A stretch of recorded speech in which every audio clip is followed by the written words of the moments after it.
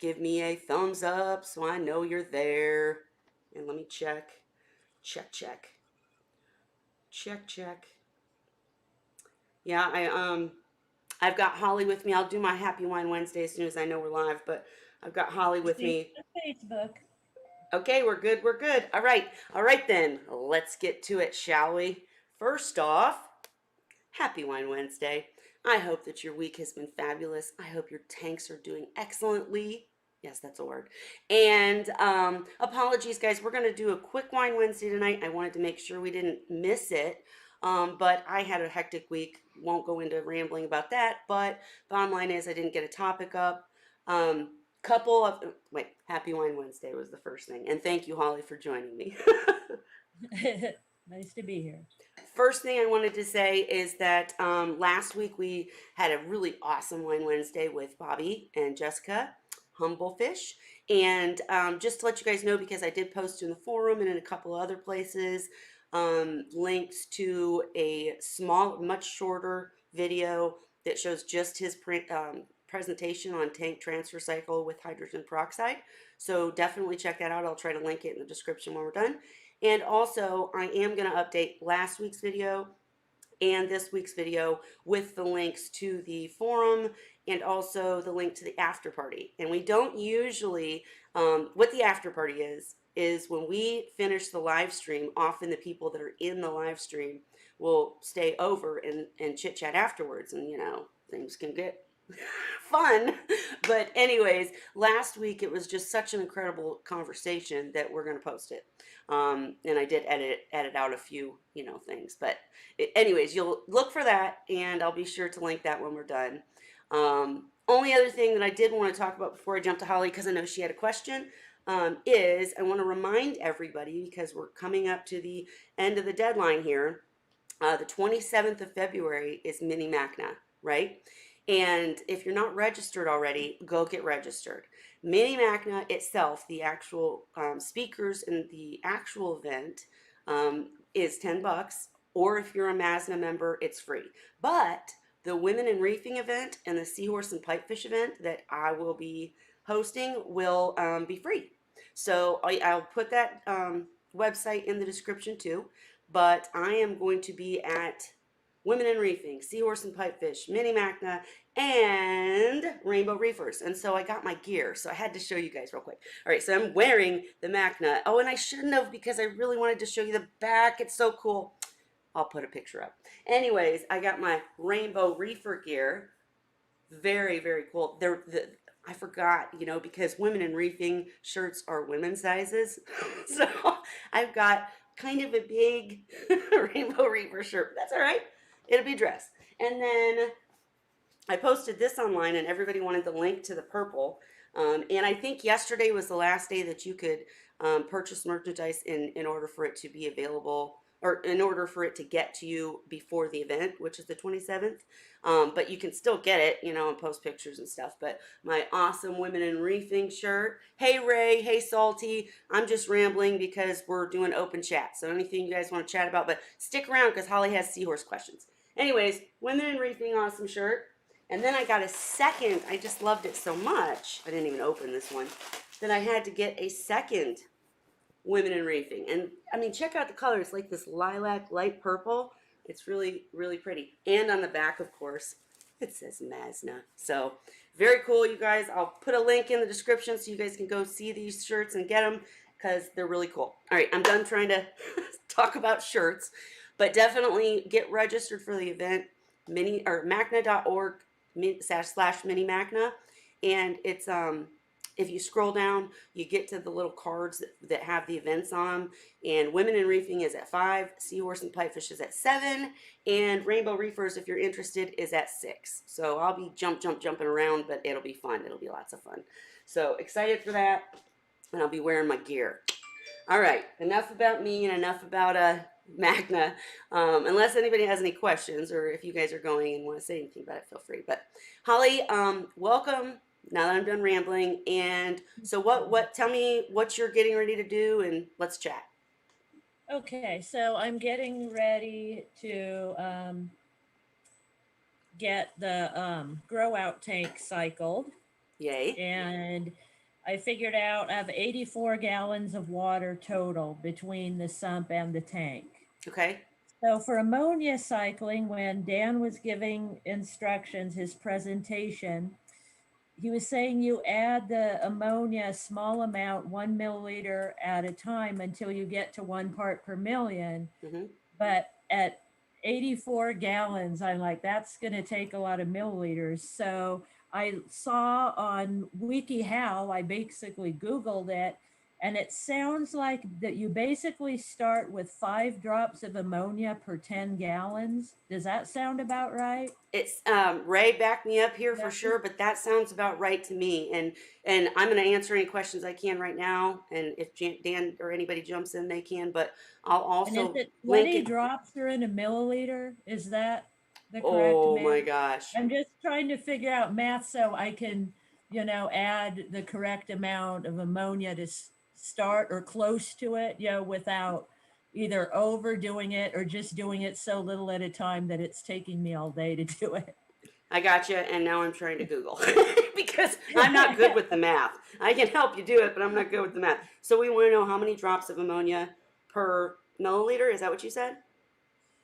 Or Well, per 10 gallons? how many drops? They say 5 drops of ammonia per 10 gallons. Okay. Is what I read on WikiHow. And I'm thinking a milliliter. Ray's coming If in. if I'm right, is a milliliter is 20 drops. Ray's coming in. I'm terrible with the math, Eddie. I'll be, let You're me, all but close. as he joins, I'll just let you know that sincerely, when I There's did it, Ray. I see him. I was like, let's put some in and see. I didn't do the drop per drop thing. I think you're smart to do it, because it's more accurate. But Ray, can you Let's Oh, answer? get it close to start. Hey Ray, hi. hi. So do you know that calculation? Ask again, Holly. Well, Okay. I don't even know what was going on because I didn't get let in for a while. Oh, I'm Uh, sorry. If anybody all else is, right, Ray. I have a question for you. You probably know this because you're good at math. I'm getting ready to cycle my grow out tank, and I figured out there's 84 gallons of water between the tank and the sump. So I'm trying to figure out. I know Dan says you add a small amount of ammonia, a milliliter at a time, till it gets to 1 part per million. But I'm trying to get from the very beginning as close as I can to the right amount. So I Googled it, and WikiHow said it's about 5 drops for every 10 gallons. Well, it depends on the concentration of the ammonia you're adding. So mine's regular clear household ammonia. I think the 3%. Let me Well, grab it. um, she's gonna grab well, it. But Ray, I'm thinking I'm right too. here. I'm listening. Okay, household ammonia. Uh, oh, I know it's math and all that crazy, but I'm thinking too, and correct me if I'm wrong, but to be honest with you, though, I never ever worried about it. me either. And so what I'm saying though is if she put too much in, all you do is what? Just add more water, right? Or some, or do a water change or whatever, Hey, right? water change. Well, you can do that, or you just let it go, and It'll go away, right? it'll just, it'll gradually clear itself as it gets the cycle going. And actually, Holly, I'll tell you this. Oh, I want to see your ammonia for sure, but I'll tell you this. I feel like I'm screaming. Sorry, guys. I'll it's tell you Well, okay. it's this. used ammonium chloride. Right.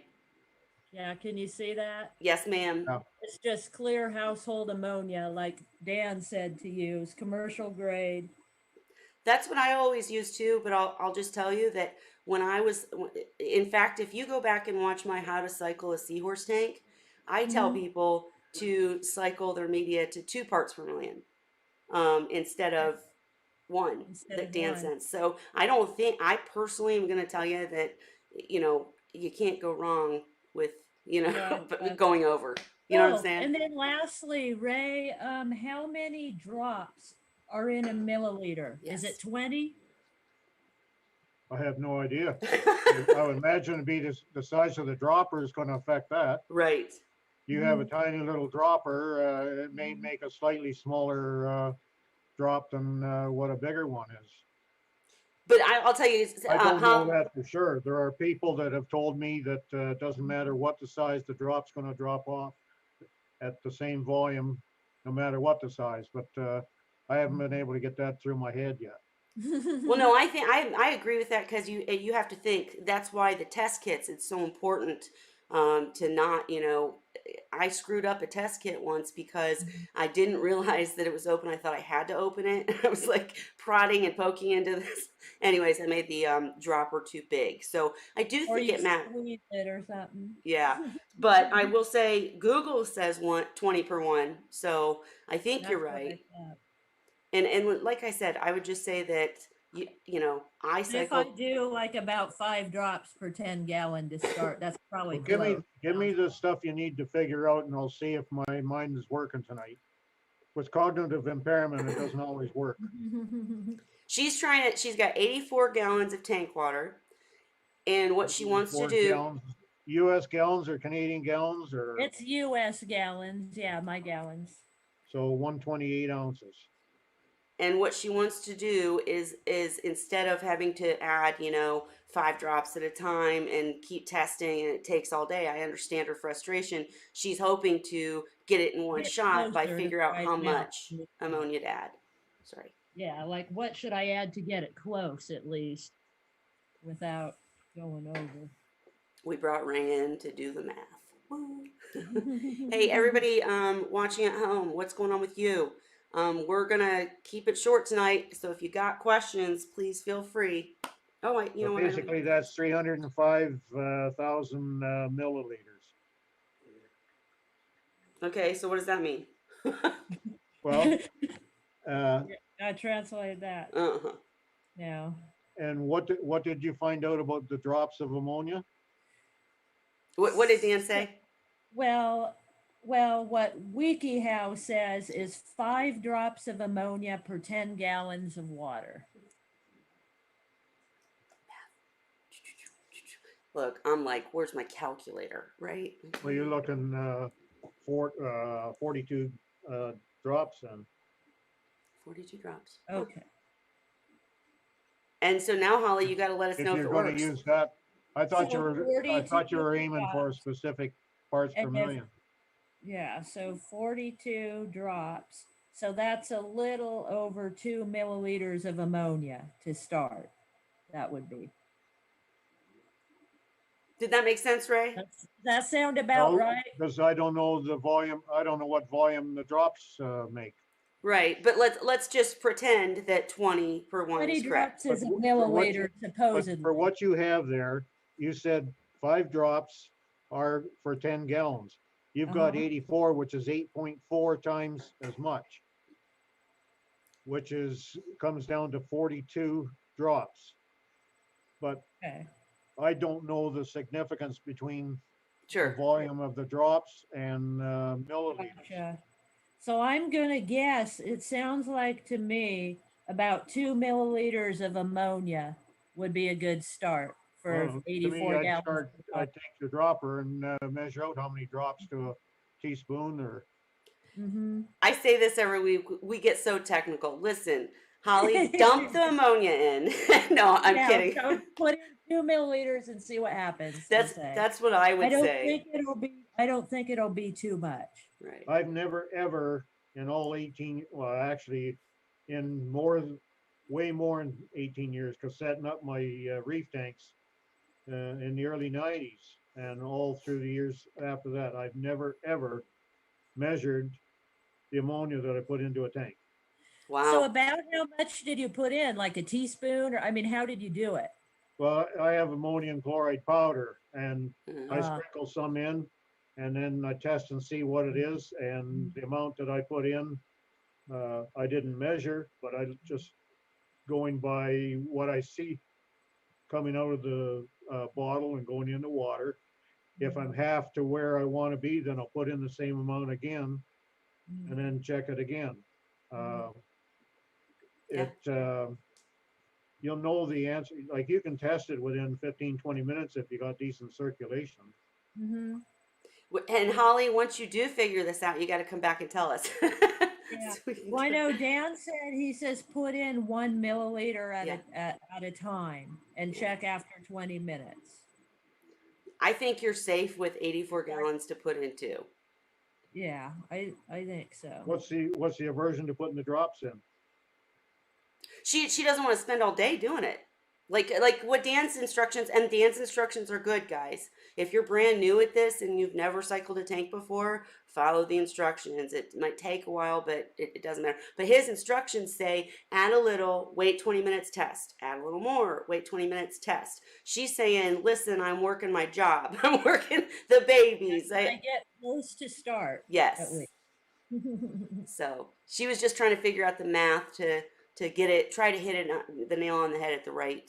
You know I'm what I mean? trying to ballpark it, so Yeah. I'm not standing there all day. I'm curious to everybody in the chat too. What do you guys do? Do you Maybe guys worry about somebody it? else knows or has an idea. Yeah. Please feel free. Well, Or if that's if it's only good if the guesstimate is only 2 milliliters for 84 gallons of water, then his 1 milliliter at a time is pretty close to what you because that would be like enough for like a 40-gallon tank probably. yeah. That's Yep. what I'm thinking, yeah. It's a tiny amount, I guess. So Well, and again, I don't mean to repeat myself, but hey Dylan's, hey Salty, hey everybody, tell us what you do, and if you have any questions, like I said, Kelly's slacking this week, so we're going to keep this one short. We're just going to chat and then get a topic for next week. But I just want to say again that, as Ray pointed out, I didn't personally do drop by drop, and I aimed for two, not one when I was doing it. Ray, what did you use? Like when you said you add the ammonia and then you test 20 minutes. For me, it depended on each individual situation. If I was going to load up a tank with, say, 6 seahorses all at once, Right. then I aim for 6 parts per million. Mm-hmm. If I'm only going to start off with a pair, then I went with 2 parts per million. But it's a case of if I'm going to have a heavy bio load on it, then I wanted it to cycle with more ammonia to make sure there's more of the biological filtration ready to handle that heavy load right off. And you just nailed the complete point. And that's, guys, why Dan's recommendation is perfect if you're setting up a tank with a pair of seahorses, a 30-gallon tank with a pair of seahorses. Follow those instructions to a T because you're going to, have enough to handle the bio load of the seahorses. But Ray, I agree 100%. If you're going to try to push it and do more seahorses or, different circumstance, totally agree. Well, there are many people that are very experienced that think 6 is going too much. What's the downfall to adding too much? Well, it takes longer than needed if it doesn't really need that much. I just remembered The higher you bring that level up, the longer it's going to take to finish its cycle. And doesn't it stall the nitrites too? If there's too much ammonia? I could never ever tell you that because I've never measured nitrates in a seahorse tank in my life. Okay, well, I'm going to say that I believe that Dan has said prior that too much ammonia, because you guys, I'm not sciencey and technical, but I think too much ammonia, ammonia converts faster than nitrites, but bottom line is you can stall the cycle if there's too much of one thing and not another kind of thing. So follow his instructions for the basics, but Holly, I think that, Salty Reef said you're not going to have any problem adding 2 milliliters. So for sure. Well, in the last 30 years, I've cycled an awful lot of tanks and I've never ever stalled one. Yep. And I believe you, Ray, but that's because you know what to do your way. Does that make sense? Like you're not wrong. I know you know what's up and you have cycled so many tanks. Probably the first 10 years, I didn't know what I was doing. Cheers to that. But, I'm just, Salty said, too much ammonia can stall the cycle, but it depends on what you're doing. Follow to the instructions, and I think we got Holly her answer. Hey, the Seahorse Corner, and let's see what else. Dylan, you got a Bangai and finally an ugly phase. Ooh, but you'll get through it. Be patient, I promise. And you've been waiting forever. Tank is is it dying rather slowly? Then, but I finally got it. Okay, I'm trying to read live. It's not going well, but it does take a while to cycle a tank properly. But I'm telling you, it pays off in the end. Last week we were even discussing the fact that most of the problems we see are not in established tanks, and we were talking about fish disease. But bottom line is, the longer you wait, the more good bacteria you get built up, the better off you're going to be for sure. What else? Ray, what's been going on with you? Oh, Ray left. Sorry. What's been going on with you, sir? Uh, just frustrations, all this bloody snow and the cold. Right. Oh my gosh, how bad is it where you are? Oh, last night, in terms of Fahrenheit that you people use, about 0. Mm. But next week it's supposed to get up to a high of around 32, 33. Is that good? Well, for this time of the year, yeah. So, but is it scary to you that it's kind of all over the place? No, because I'm at an age where I've been through so much, so many different things. Skylar, be quiet. Skylar wants to play. No, he wants more treats. Oh. But through my lifetime, I've seen such a variety of winters. Some winters cold all the time, some warm all the time, some up and down all the time. So Yeah. it's just that I'm at an age also where certain things are frustrating. Sure. No, absolutely. Listen. Plus, I'm getting the urge to get the gardens going. Oh man, I desperately want to start I've gardening. got tomatoes sprouted, so at the end of the month, I'm going to start the green peppers and orange peppers and yellow peppers. I tried for the first time an heirloom tomato, and I fell in love. Those things are so good. Oh my gosh, I couldn't believe it. But I know that's random, guys. But and Well, I've probably grown over 300 different tomatoes wow. in my lifetime. I usually grow about 8 different ones a year. Jeez. That's so cool. When and if I ever do get to gardening, Ray, you're gonna have to give me some tips for sure. And let's see. Dylan said Arizona's got cold wind, but nothing else. Listen, when I'm done, I took pictures this morning. I'm gonna post something. You walk out. I had to send the boyfriend out to dig out our cars this morning. It was so bad. In fact, I didn't leave the house because I was like, no, I'm not doing this. Oh yeah, except to get wine. But anyways, Well, if Arizona's got nothing but 2 cold days wind, last they can't week. tell Diamonds he's full of hot air. I'm not gonna tell him that. What'd you say, Holly?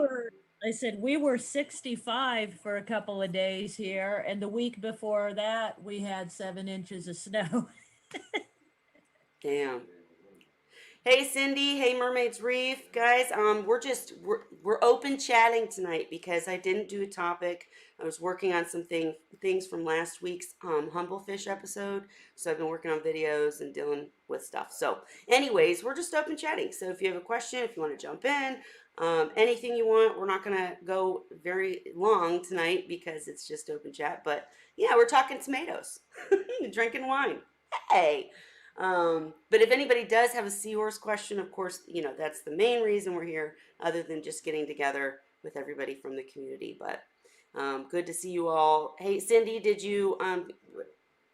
Actually, I'll message you when we're done. Just wanted to make sure you got I have your correct number, is what I was going to say. But yeah, and for anybody who jumped in late, I'm not going to go through it again, but I was showing off my new gear, Magna 2021. I got rainbow reef. I guess I am showing it again, but I'll be quick, guys. Rainbow reefers. I got all my gear, and all of them say Mazna on the back. They're very cool. I can't wait for the event. Hey, Cindy. Mwah. Thank you. You're so awesome. Appreciate it. Yeah, and I forgot to, guys, I don't, Ray and Holly, feel free to jump in and talk anything Seahorse. I will only take a second, but I did forget to say that at the Seahorse and Pipefish event, we have Sarah Foster coming to speak. And if you guys don't know who she is, she works for Project Seahorse. Now, before You think, oh gosh, it's going to be electron conservation. This lady is awesome. I talked to her for like 3 hours on the phone. She's so intelligent, and she's really interested in finding ways to benefit all, if that makes sense. So yes, she is absolutely about conservation. She's with Project Seahorse, but they have a different outlook about the hobby these days, and it's gonna be really fun because not only is she gonna come and kind of tell us about her work, she's studying how the trade of seahorses has been affected by the regulations and CITES and all that stuff. So not only is she gonna like talk a little bit, she wants to talk to you. So the more people that come, the more small breeders, the more large breeders, the more seahorse keepers, people in the hobby, the more people that come, this is going to be a huge share of information. And of course, Paula will be there, Paula Carlson. And so we've got people from the hobby, people from the industry, or, and then people from the, aquarium side, public aquarium side, and then people from conservation side. So it's really going to be really cool. And then at Women in Reefing, we have amazing speakers. I'm not even going to go into it because I know I'm boring everybody now just sitting here chit chatting. But you guys need to come to these events for real. But anyways, Ray, anything else going on with you? I am rambling now. I know it. New numbers, Well, Cindy. just, I've been looking around trying to find someone who wants to take 5-year-old abdominalis, but You can't find nobody's anybody to interested. take them? No, not here in Canada. Nobody wants to put a chiller on. Uh, Not everybody's got a basement that's suitable like I have. right. Yeah, you have it all decked out. You've shown that. I mean, you have an amazing setup downstairs. There's just the pain for looking after tanks is just getting so much that Great.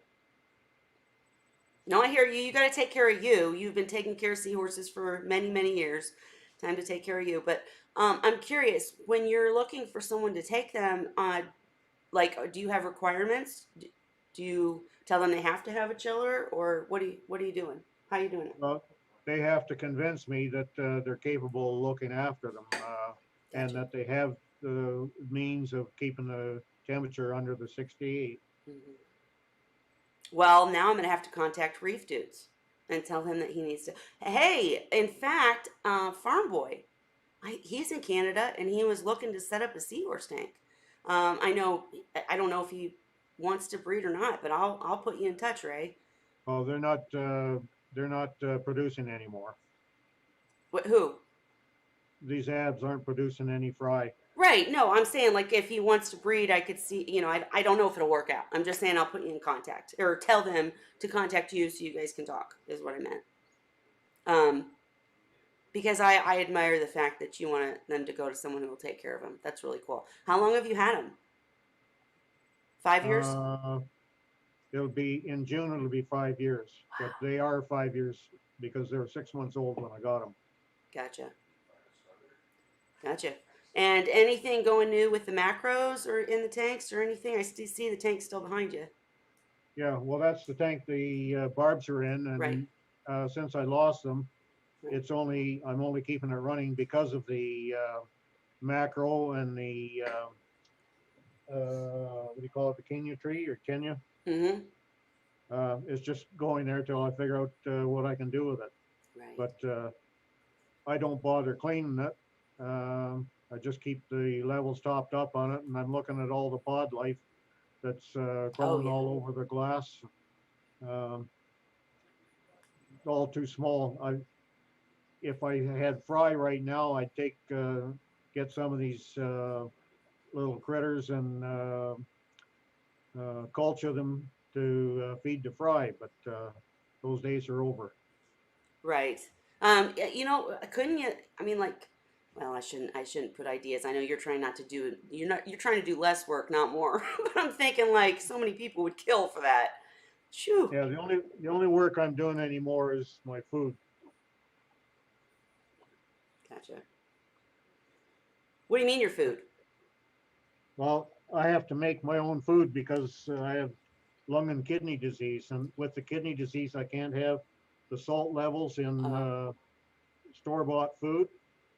So I make my own sausage, my own deli meats, my own breads, buns, and desserts. And That's so awesome. So well, it's awesome. something that I can do. Yeah, Uh, so I do it because it's better for my health. sure. I Well, can't have an operation on the kidney, so this is the next best thing. absolutely. I hear you. Well, I wish you could write it all down and teach me because I want to learn to garden and I want to learn to make my own foods. I need it. If you're going to make your own foods, then it's hard to have a full-time job at the same time. Oh, I bet. I bet. Um, I did a little bit of it while I was still working, but mostly um, it's since I retired that I've sure. gotten into big time. Well, I know people do it.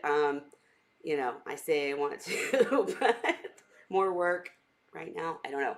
But anyways, Holly, what else is new with you? What else did you want to share, or any other Oh, questions? You... well, the seahorses have been pretty active. Sandy's fully recovered, so he's back to trying to mate with Candy. I guess she had eggs the last few days, and every male in the tank was after her, Mm. in, including her son Scrappy Doo. Oh. And he was so cute because he was following them around like, I too have a pouch. Can I help? Can I help? It looks like you're looking for a pouch. I got one of those. Oh, I love it. It was cute. He was just following them around, Hmm.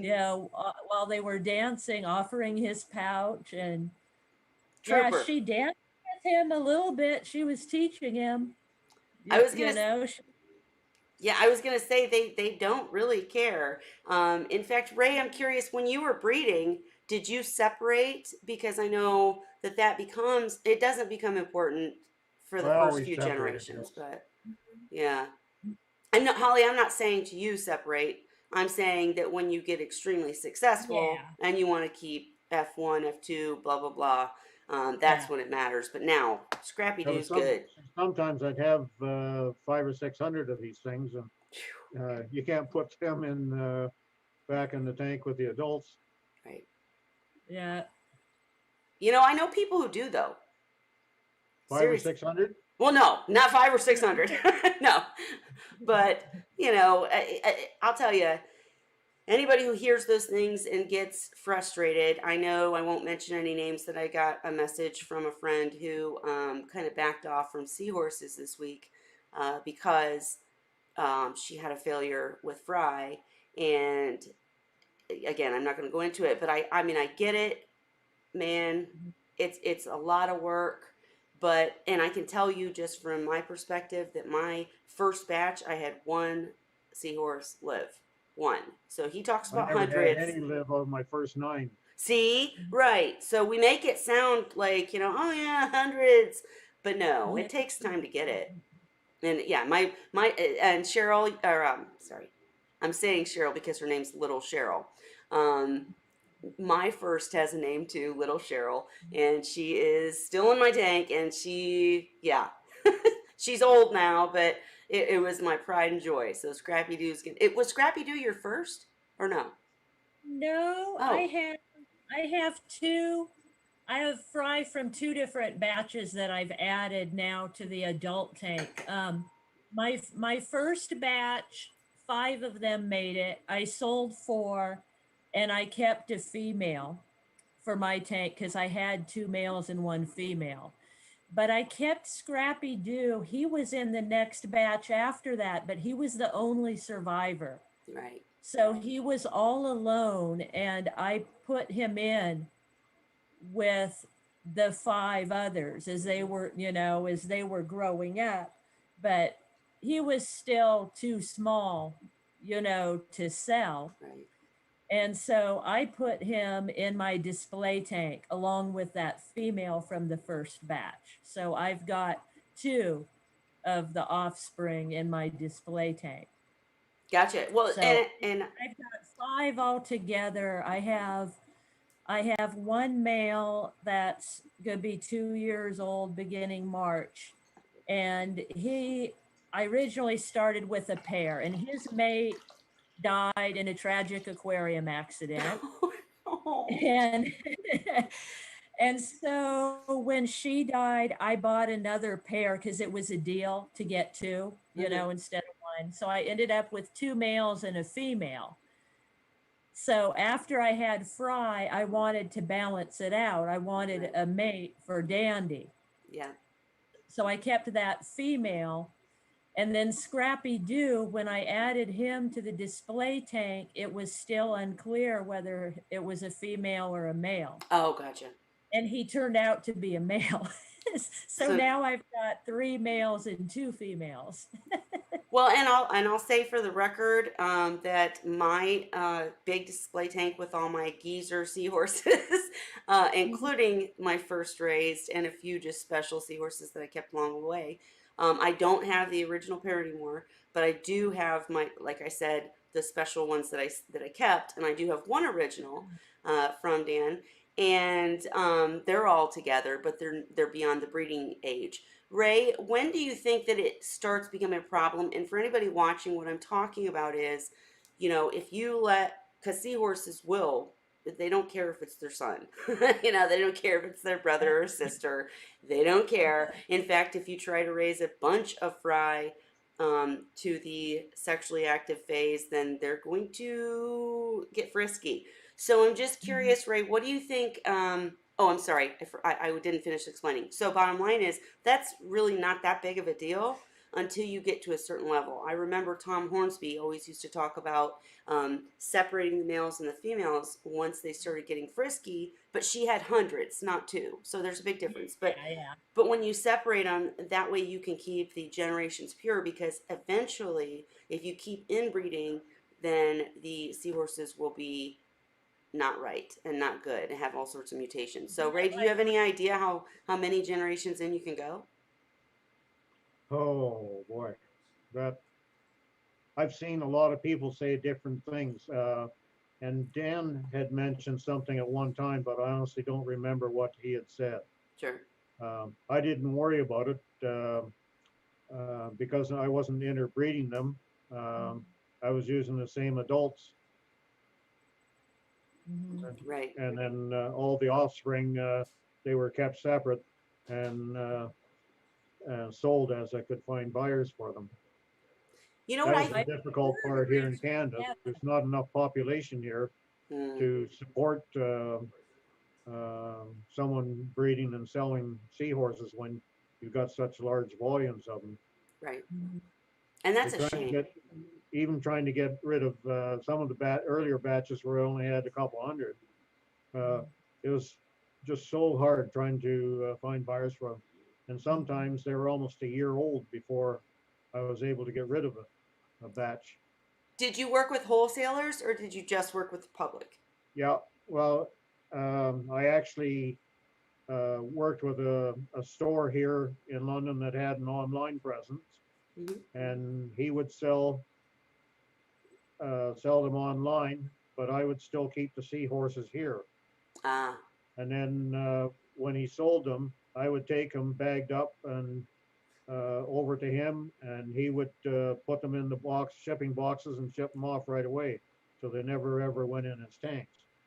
And then also I had I'm about 120 kilometers away from Toronto, and I would go down to Toronto and meet with people coming from Quebec that had fish stores in Quebec, and so they would come down to Toronto to buy They were getting corals through stores that were in Toronto that would be doing imports, and they just arranged for other stores to get the stuff in on the same shipments for cost wise reasons. And so they're coming down to Toronto anyway. So I would go to Toronto and take them in buckets down and wow. sell them off to these guys from Quebec. Nice. But It is a shame though that you just couldn't find enough of a market. That's what, you know, I mean, I know that Holly is going to become more and more successful, but I think, she's doing really good for where she's at because when you become too successful, then you got to store those seahorses. And I know that's what I was talking about with someone else this week is that's kind of why I shied away from breeding is I loved the experience. I loved learning how to get the the seahorses weaned under frozen foods. I loved all of that. But then when you're stuck with, as Ray was saying, hundreds of 2, 3 inch seahorses that, you got to keep until someone buys them or whatever. Well, I ended up setting up more tanks and it just became my whole house with seahorses. So it's, when somebody has a facility and the time and is making a business of it, it's a little different. But I think it's really cool when people like Holly just, do a smaller scaled business and, you'll grow as you want. Do you think you'll ever want to be full steam crazy breeder? I'm not at this point. I mean, I'm not thinking thousands, but I'm thinking with the pairs that I have, if I have like 3 pairs or so, see, it's gradual. It gives me time to get there. Yeah. I mean, right now I've got close to 20 to sell really With my soon. Rita, I only had one That's pair. about what I can handle. With my But Rita, no, I only had the time one to pair, get but more. the damn things were putting out so many, it was just pathetic. And Yeah, see, mine aren't yet. He started out, they were about 8 weeks apart, roughly. And then he got sick, so he was in the hospital tank right right. about the time when he was trying to get pregnant. I think that's partly how he got the bacterial infection. Mm, So sure. now he's fine, but I think it might take him a little while to get back in the game. And then the new one, Scrappy Doo, I think he's just a little too young. I think he's not quite there. Yep. I've never named a seahorse in all the years I've been in it. It might just be a girl thing. Who knows? But Yeah, I and no, don't name them all, but the ones I keep, I do. yeah, the important ones. The ones I keep. Exactly. Good way to put it, Holly. And Or Ray it's made a like I have a single, like the one from the Christmas batch that made it, I named him Christmas because he was born around that aw. time. He's the only one that made it. Right. Well, and And my I little have to kick back one of the ones that's in the batch that I'm getting ready to sell. It didn't grow like the others. He's a more timid eater. mm, hmm, And he's a lot smaller. He's actually half the age of his brothers and sisters, but he's the size of baby Christmas, who's like 8 weeks younger. wow. It's crazy, but they live together in one tank so that he's not getting out competed for food, and Christmas has a friend. He's not alone. Right. You're doing And everything right. Yeah. they're doing all right, but I just have to treat him like he's a smaller baby. He's still eating the shaved frozen mysis, Mm-hmm. and he's starting to try the big pieces, but he can't eat them. Mm. He'll eat a part of one. Well, But I think he's it's getting braver about eating, whereas all the other ones his age, they just macked the food and he wouldn't get any. well, I think it's incredible though that you realize that and have taken the time to make things or I can't think of the right word, accommodated him, I guess is the word. Yeah. And Well, I'm Raymond, able to because there's not that many. If I had right. hundreds, I wouldn't have been able to do that, right? Yeah, right. Once you get, if you ever go to big business like Dan was, then that's because he Just talks wouldn't about make when it. they're like that. But you care about them, you're keeping them, and you're selling your best. So I totally get it. And Ray made a good point about different species have a different number of offspring. Redi are awesome, but they will give you thousands, whereas Erectus, it can be a Yeah. lot fewer. And I know Ray never had Erectus, so whatever. What do you But mean I never had Erectus? I thought you didn't. I thought you couldn't get Erectus in Canada. No, I'm thinking of Can Australia. now, but Sorry, I used to have them. I'm sorry. I was thinking of some. I was thinking of Australia. I've had Sorry. 7 different species counting the dwarfs. Name them off, Ray. Reed-eye, Angustus, Barbary, The combs I wasn't very successful with. They didn't last very long. And the dwarfs, the erectus, and the abs. Nice. You got me beat. I haven't kept that many. But Well, that's over a lot of years, though. sure. I get it. I'm just kind of teasing around. Dylan's asked, so what has your experience been trying to you said give but it sell babies to the LFS, Holly? What's that? What has your experience been, or he might have been asking me, but I'm asking you. What was your experience in dealing with local stores selling your raised seahorses to them? It's difficult because the stores right in my area are not prepared to deal with seahorses. Um, I found a couple that are kind of far away that will, and they don't pay a whole lot, but they don't sell them either for as much as you can get for them online.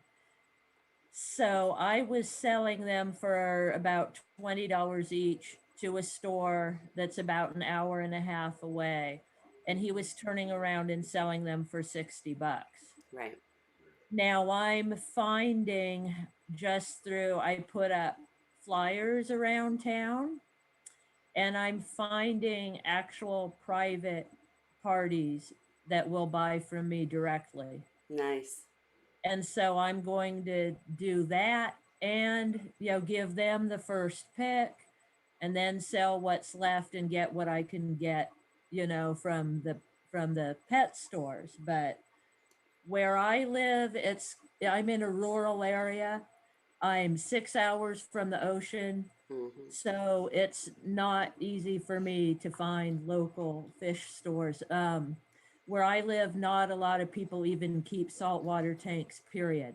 Well, So, all I have to say is we just need to get you shipping because if yeah, if Cindy Coral that's it. Gal is still watching, and even if she's not, bottom line is I want to purchase two seahorses for her birthday because I promised that I would give her two seahorses for her birthday, and then she didn't get around to doing seahorses until I already wasn't breeding.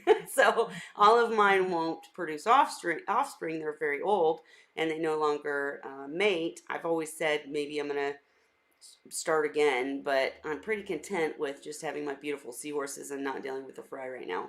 You guys talk about it, and it's like, oh, I want to jump back in, but then I'm like, oh, that's so much But work. yeah, I'm about ready to learn how to ship, I think, because Awesome. maybe after the next one, these ones are going to be ready in March. Well, And I'm I just will gonna have future ones, so I'm going to have to learn that. Well, I'm just gonna say that I could walk you through it on the phone or whatever, Very cool. or a Zoom, and then I would personally be willing to take that risk with you. All right. Yeah. That's a So, deal. okay, all right. Look, Cindy, message me later. Give me that phone number. But anyways, what else, guys? I feel like there was something else I wanted to make sure we chatted about. Oh, Dylan's is a guy, and he named his fish, and he plans to name his seahorses. Yes, see, there we go. But you use your favorite Star Wars characters. All right, never mind, you're out. No, I'm just kidding. I'm just kidding. But little Cheryl, by the way, I should probably tell that story very very quickly. Little Cheryl, we have Cheryl Taylor who comes on the show almost every week. In fact, Cheryl, where are you? But she comes and she's amazing and she's definitely one of my role models. But little Cheryl, my first survivor seahorse from breeding, is named after Cheryl Dempsey. And Cheryl Dempsey is the person who introduced me into the groups that focused on women in reefing, and not the women in reefing group that is now currently going, but other groups that are more private that I won't mention. But she is like the strongest person that I know. She is so strong. She's gone through so much, and she was just amazing. And I thought, that's just like my little Cheryl. That's why I named her, because when I first started breeding, guys, I stuck my fry in a macro tank, probably had a Tasia, probably had, oh, God knows why. I certainly wasn't doing it right. And I was very frustrated. And I was so lucky to meet people like Dan and Ray and Cheryl Taylor, who taught me about seahorses. But my friend Cheryl Dempsey is just like the strongest lady I know. So that had to be the first name. Anyways, I know we're kind of jumping around here. Like I said, open chat tonight, y'all. Open chat. But anything else, Holly? Or did I cut you off or anything? Hey, No, no, Holly, you mentioned that you were, I forget now, 9 hours from the ocean. I didn't catch sit. what the context was. Yeah, I said I What's that about got to do with 6 raising hours fry? from the ocean. Where I live is about 6 hour drive Ray, from I the think ocean. I think it was that she was saying it's harder to sell the fry, not that it's harder to raise Oh, them. Yeah, I was it's just trying to figure out because I'm 25 hours from an ocean, so I know. No, because I mean, and Holly, we kind of talked about that a little last week and in some previous weeks. Wild caught seahorses still are available, aren't they? yeah. Yeah, see, Mhm. I didn't even realize that. I live in Indiana, so when I bred, my local fish stores were more the ones that, were even capable of dealing with seahorses were very interested in my seahorses, because um, they couldn't get, they couldn't buy wild caught as easily, but it's still a thing. Mhm. So, in Canada here, you can't bring them in anymore. right. I tried to bring in some brood stock about 8 years ago, and the government wouldn't let me. Well, Ray, you're somebody I specifically want to come. I know you hate these events, but it will literally be just like Wine Wednesday. So I'm gonna register you myself if I have to, because you gotta. I'm dying to hear you chat with Sarah Foster at the Seahorse event. Well, well, I'm afraid I wouldn't show up for it. I know. It's Ugh. um, I don't know. It's hard to explain. And the other problem is I get pretty self-centered on a topic too, and I'm not always diplomatic on how to say things. Yeah, but that you're always respectful. You don't It's worse. ever. It's worse if I'm writing because I can't put inflection into my writing, Right. and so it's not always taken the same way as if I was sitting there talking with somebody. Well, I can personally say that I've seen a lot of times where I'm like, "Ooh, Ray, oh gosh, be a little nicer," but you're never wrong. You're Oh, you're no, you can't say that I'm never wrong. well in what I've I seen. just sometimes my views just don't fall in line with other experienced keepers. But and I get your point, and I won't push you anymore. I promise. But I just think that it's good. I think that's good. Like last week, you guys, when I post the after party from last week with Bobby and Jessica from Humble Fish, you'll hear everybody disagreed on numerous points, but it still was an excellent conversation because everybody got something out of it. You know what I mean? So I won't push you, but I'll pry on the side. But anyways. Um, any other seahorse questions that you've seen that we need? What I was going to say earlier, guys, is one topic that I don't think we've covered, and I think might be interesting. Maybe not to the average keeper, but to anybody interested in breeding, would be conditioning your brood stock. What do you guys think? Did you do anything special, Ray, for your brood Just stock? the Algamac 3050. That's the DHA. Sure. Dan uses it in his food, Yep. but I was bringing the stuff in from California myself because the amount I was using, I couldn't afford to buy it from Dan. Right, right. I hear you. And I'm curious though, did you, when you started off with broodstock, did you always did you care if they were captive bred or not, or I preferred the captive bred, but really? uh, that was in my earlier years. Gotcha. Um, when I started looking for wild caught, uh, it was just my thought that I wanted the gene structure to be closer to original. Right. If I'm already starting off with something that somebody else has cultured, Yeah.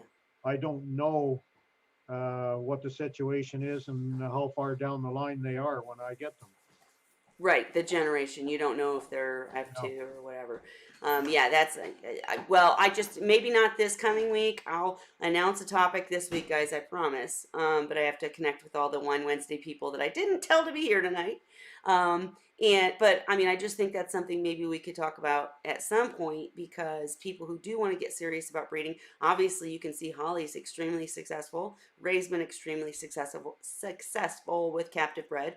But if you did try to start with wild caught, what does that mean? How do you condition? What do you have to put them through? How do you fatten them up, etc.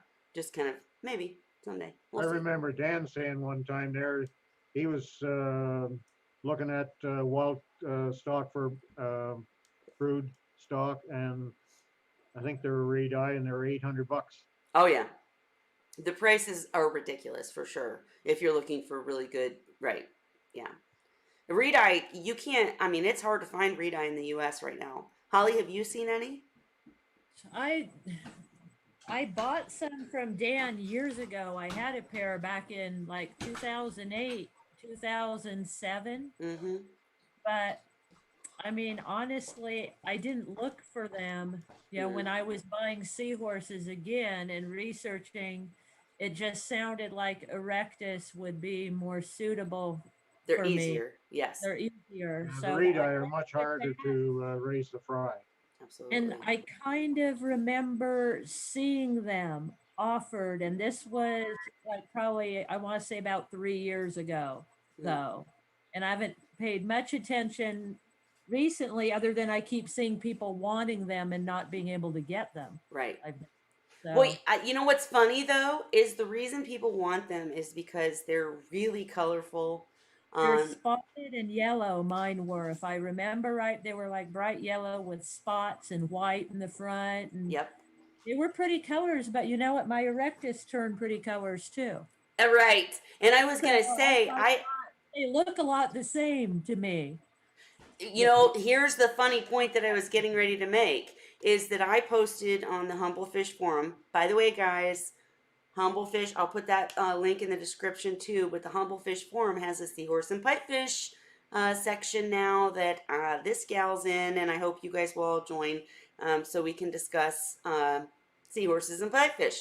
And we had a long talk that you'll hear in the after party about why forums are better than Facebook and Instagram and all the rest for information. Each has their own need and their own, you know, reason for existing. But anyways, getting back to my point is I did a little quiz and said what species are these 5 pictures, and I literally gave like knob size and this it has this many spines. And the funny thing is that every single person, I think maybe aside from Lucy, I think Lucy was the only one. No, she got it wrong too. Every single person got them all right except for Redeye and Kuda. They swapped them because my Kuda that I got from Dan, one was bright ass orange, excuse my language, and the other was this ridiculous yellow with spots. And they thought that was reed eye because everyone associates pretty colors and designs with reed eye. But Kuda can be too. And I wish that Marina had been able to join tonight because she in Australia, I think they have. I don't know how to say this or ask this question. Ray, do you think that there are different species or different characteristics or adaptions within a species in different areas? Did that make sense? Yes. Okay, do you think there is? Sorry? If it made sense. So you agree? You think there is? Different areas, slight differences in same species. Yeah. Yeah. So I don't Okay. know about genetically, but Right. it could be just like humans. You could have brothers and sisters that when they were very young ended up in different parts of the country, and they take on the characteristics of the locale that they're presently in, Absolutely. especially if they're there for a long time. I absolutely agree, and I just think it's cool, and I am so thankful for the ichthyologists and everybody who actually uses DNA and genes and et cetera to define these species because you can have such a tremendous difference in one area and another. In Australia, Kuta are mainly, as far as I've seen, guys, correct me if I'm wrong, but they're usually black. And that's just the color that they are. Whereas I had, and I will ask Dan for the actual name because he did call them a specific species, or no, a specific name within the Cuda species. There's so But many darn yeah, ones that come under the CUDA name, it's not even right. funny. And the Cuda complex, I know, they're wondering if they're not all the same. But I'm just saying, everybody mixed up the Redi and Cuda in my little pop quiz fun time. So, Yeah, I missed that quiz. I didn't do it. I oh, meant to. I was busy and I never got back to it. no worries, I hear you. I saw it go by. Anyway, folks, I'm gonna sign off now and go feed my seahorses, and All then I got right. a few other things to do. Okay, Ray. We'll see you You, next Ray. week, Take hopefully. care. Bye. And Holly, I'm gonna only say a few more things, and then we'll go too. But yeah, just really, really interesting. So I'm going back to it. In other Even words, go my ahead. erectors are different. I have, two different types of erectus. Yep. And I don't, one, Northern, you mean? yeah, I Yeah. have my first one that I have, he was sold to me as a northern erectus, and he has kind of a round shape. Mm-hmm. And the ones I got later, I don't know if they are also a northern erectus, but they were sold as what they call saddled erectus. I bought them Right. from Alyssa. Right. And they're not the same shape as he is. He's round like a disc, his body, Mm-hmm. and they are not as round. So I got And one question for you about that because the one big difference between northern and Mhm. regular, I say regular because they're regular to Yeah, and me. I don't know what the saddled would be. Saddled would be irregular. Okay. But supposedly the big difference is somehow erected the northern erectus breed faster, meaning the pregnant phase. I can't think of the right word, the scientific word, but the time that the Well, male is pregnant is only 14 days versus 30. he's Gestation never been period. Thank you, pregnant. Sean. So, He's he has never been pregnant. And ah, I don't honestly know. It'll be interesting to see if he gets a mate someday out of the new seahorses I'm adding, because so far he's not. they don't like him. He's They- not being chosen. He's clumsy. He's clumsy, and I don't know if he'll be able to do the dance right Oh, successfully. I don't oh, know. He's been trying. He's doing better than he did in the past. But maybe yeah. because there's more competition now with the three males. I don't know. So there's hope, but yeah, he had a mate, when I first got him, but they were young and she died young. So they never had Fry. Gotcha. And I added the other two and they paired up.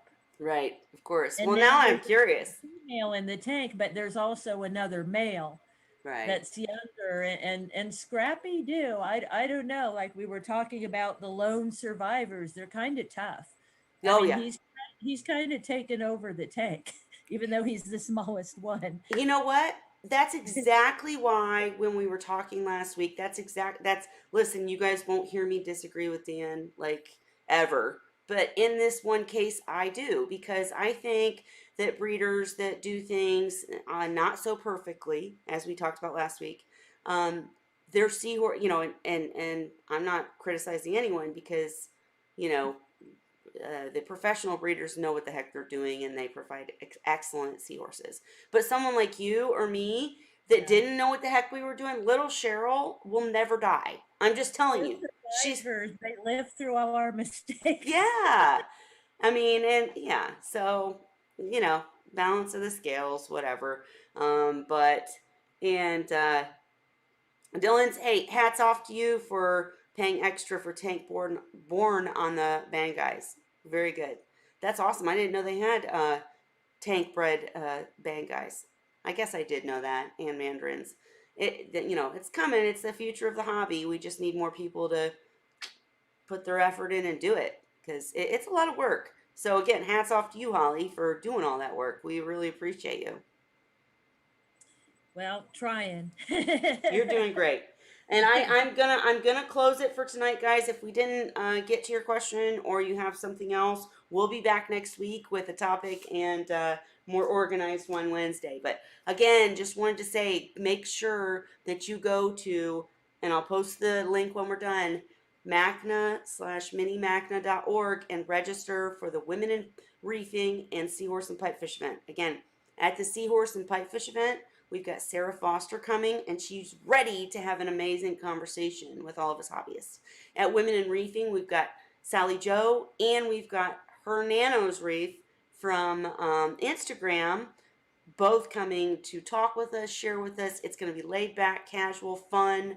We're all going to share.